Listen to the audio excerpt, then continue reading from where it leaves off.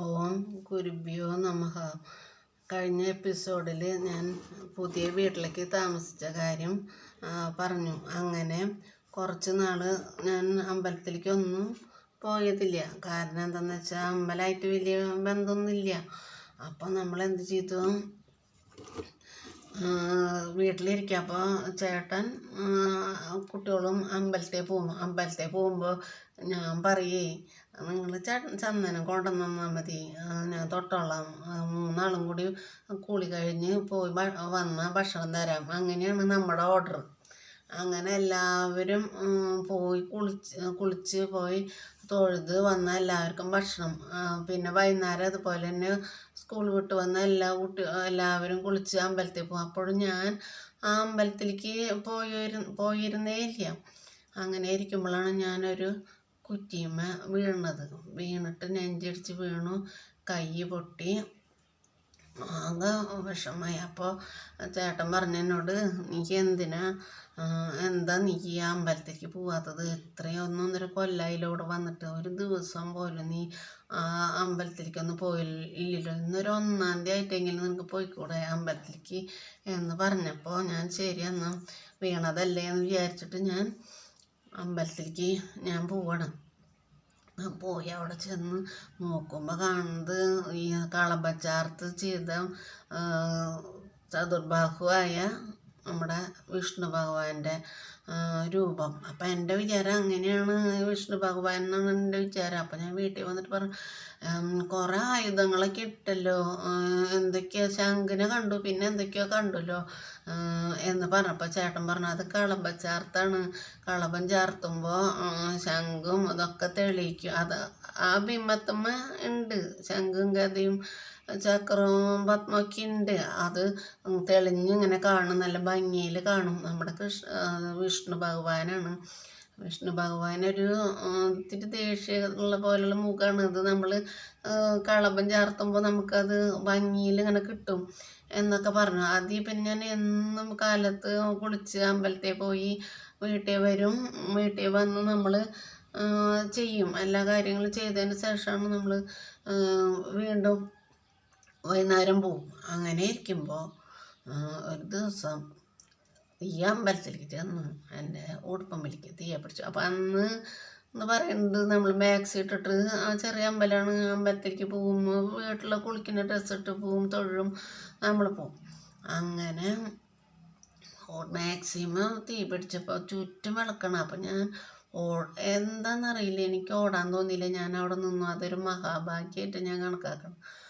അങ്ങനെ എന്നിട്ട് അവിടെ നിന്ന് വീട്ടിലേക്ക് വന്ന് കുറച്ച് കഴിഞ്ഞ് വെച്ചാൽ അവരെല്ലാവരും പറഞ്ഞു, നീ പോയി ഡ്രസ്സ് മാറിയിട്ട് വാ, കത്തിയ ഡ്രസ്സ് ഇട്ടിട്ട് ഇനി ഉള്ളിലേക്ക് അങ്ങനെ കത്തിൻ്റെ ഒന്നും അറിയില്ലല്ലോ, അപ്പോൾ ഒന്ന് പോയിട്ട് മാറിയിട്ടിട്ട് വാന്ന് പറഞ്ഞു. അങ്ങനെ ഞാൻ അവിടെ ചെന്ന് ഡ്രസ്സ് മാറി കുറച്ച് കഴിഞ്ഞപ്പോൾ എൻ്റെ നായ്ക്കുട്ടീൻ്റെ ടിൻറ്റു, പിന്നെ ഒരു മിനി പൂച്ചയുണ്ട്. മിനി പൂച്ചയാണെങ്കിൽ ഗർഭിണിയാണ്, ഫുൾ പ്രസവിക്കാറായി തുടങ്ങി. ടിൻറ്റു എന്ന് പറയുന്നത് ആൺകുട്ടിയാണ്. അപ്പോൾ ഈ ടിൻറ്റു അകത്തേക്ക് ഓടി വന്ന് ഇവൻ ആ സ്റ്റെപ്പുമ്മൽ അങ്ങോട്ട് ഒരു ചെറിയൊരു മൂളിയിട്ട് തൊഴുത് കിടക്കണം. അപ്പം ഞാൻ ഇങ്ങനെ സ്റ്റെപ്പിൻ്റെ മുകളിലേക്ക് ഇങ്ങനെ നോക്കിയപ്പോൾ ആരോ ഇറങ്ങി വരുന്ന പോലെ. എനിക്ക് ആദ്യം തോന്നിയത് എന്നെ കൊണ്ടുപോകാനുള്ള കാലിലാണ് വരുന്നതെന്ന്. അപ്പം ഞാൻ എന്ത് ചെയ്തു, ഞാൻ വേഗം ആ ടിൻറ്റ് കിടക്കണ പോലെ അങ്ങോട്ട് കിടത്ത്, ഭഗവാനേ, എനിക്ക് 2 മക്കളാണ് കേട്ടോ. ആ മക്കളെ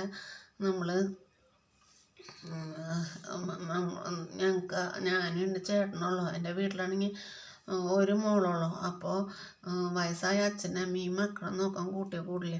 എനിക്ക് എൻ്റെ ചേട്ടന് എന്തെങ്കിലും വന്നവർക്ക് ആരും ഇല്ല കേട്ടാന്ന് പറഞ്ഞിട്ട് പ്രാർത്ഥിച്ച്, കാത്തോളി എന്ന് പറഞ്ഞിട്ട് ഇങ്ങനെ പ്രാർത്ഥിച്ച് അത് കഴിഞ്ഞ് രണ്ടാമത് ഞാൻ അമ്പലത്തിൽ പോയി തൊഴുത്ത് വന്നിട്ട് എനിക്കൊരു സമാധാനമില്ല. ഞാൻ എൻ്റെ വിചാരം, ഞാനങ്ങനെ മരിച്ച എൻ്റെ കുട്ടികൾക്ക് ആരും ഉണ്ടാവില്ലല്ലോ.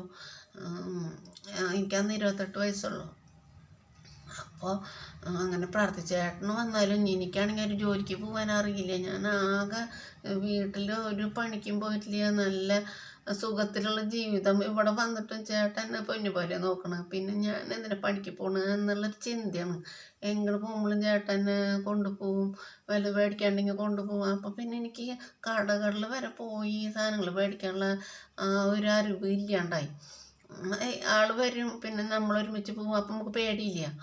അങ്ങനെ പോയിരുന്നു. ഞാനങ്ങനെ മരിച്ച എൻ്റെ കുട്ടികൾക്ക് ആരുണ്ടാവും എന്നൊക്കെ ചിന്തിച്ചിട്ട് രാത്രി പ്രാർത്ഥന. അപ്പം ഈ മീനിപ്പൂച്ച ഞങ്ങളുടെ അടുത്ത് കട്ടിലിൻ്റെ ചൂട്ടിൽ ഈ ഒരു തലോണിട്ട് കൊടുത്തേക്കുക. അപ്പോൾ അവിടെ കിടക്കും. പ്രസവിക്കാറായില്ലോ അങ്ങനെയെന്ന് വിചാരിച്ചിട്ട് എപ്പോഴും ഞങ്ങൾ ശ്രദ്ധിക്കും ഇത് പ്രസവ വേദന വരുമോ. അപ്പോൾ അങ്ങനെ അത് ഓടിയ വന്നു, കിടന്നു ഉറങ്ങണം. അപ്പോൾ പിറ്റേ ദിവസം കാലത്ത് നേരം വൈകിട്ട് വയ്യാത്തതല്ല. അപ്പോൾ നേരം വെളിച്ചാകുമ്പോൾ ഒരനക്കമില്ല, സുഖമായിട്ട് കിടന്ന് നീണ്ടു നിറന്ന് കിടന്ന് ഉറങ്ങുന്നുണ്ട്. അപ്പോൾ എൻ്റെ വിചാരം, ദൈവമേ ഇനി ഉറങ്ങാണല്ലോ, ഇനിയിപ്പോൾ വിളിക്കണ്ട എന്നുള്ള വിചാരം.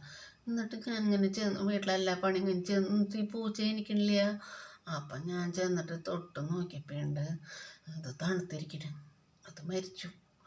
അപ്പോൾ എനിക്ക് മനസ്സിലായി എൻ്റെ കഷ്ടകാലം മുഴുവൻ. അപ്പോൾ ചേട്ടനെ ഞാൻ വിളിച്ചു വരുത്തി ഇതിനെ കുറിച്ചിട്ടുണ്ട്. അപ്പോൾ ചേട്ടൻ പറഞ്ഞു, നമ്മുടെ ഒരു കഷ്ടകാലം പോയിട്ടാ, ഇനി എന്താണെന്നറിയില്ല, നമ്മുടെ കഷ്ടകാലം പോയി, ഇനി നമുക്ക് ഒരു കുഴപ്പമുണ്ടാവില്ല എന്ന് തോന്നണമെന്ന് പറഞ്ഞു. ശരിയായിരുന്നതും ഭഗവാന്റെ അനുഗ്രഹം. ഞാൻ ആ അമ്പലത്തിൽ പോയില്ലേ, ഞാനിന്ന് ജീവിച്ചിരിക്കില്ല എന്ന് വെച്ചാൽ ഭഗവാനെ നമ്മൾ നോക്കണമില്ല, തൊഴണമില്ല, ഒന്നുമില്ല. ചന്ദനം മാത്രം തൊട്ടിരിക്കണം. എനിക്ക് ഉണ്ടാ ഭഗവാന്റെ സഹായം. ഭഗവാനേന്ന് ഞാൻ വെച്ചാൽ കൽവിളക്ക് എനിക്ക് കാണാം വീട്ടിലിരുന്ന്. അപ്പം ഞാൻ എന്ത് ചെയ്യുക, കൽവിളക്കിനെ നോക്കിയിട്ട് തൊഴുമല്ലാണ്ട് അമ്പലത്തിൻ്റെ ഉള്ളിൽ എന്താണ്, വിഷ്ണുവാണോ ദേവിയാണോ ഒന്നും അറിഞ്ഞൂടാ. അങ്ങനത്തെ ഒരു വീട്ടിൽ നിന്ന്, നമ്മുടെ വീട്ടിലാണെങ്കിലും അമ്പലത്തിൽ പോയിട്ട് ശീലമില്ല. അമ്മ അങ്ങനെ പോവാറൊന്നുമില്ല. പിന്നീട് അമ്മ ഗുരുവായൂർ ഭക്തയായി മാറിയതും അതൊക്കെ ഞാൻ പിന്നെ പറയുന്നുണ്ട്. അപ്പോൾ അങ്ങനെ ഒരു ഉള്ള ജീവിതമാണ്.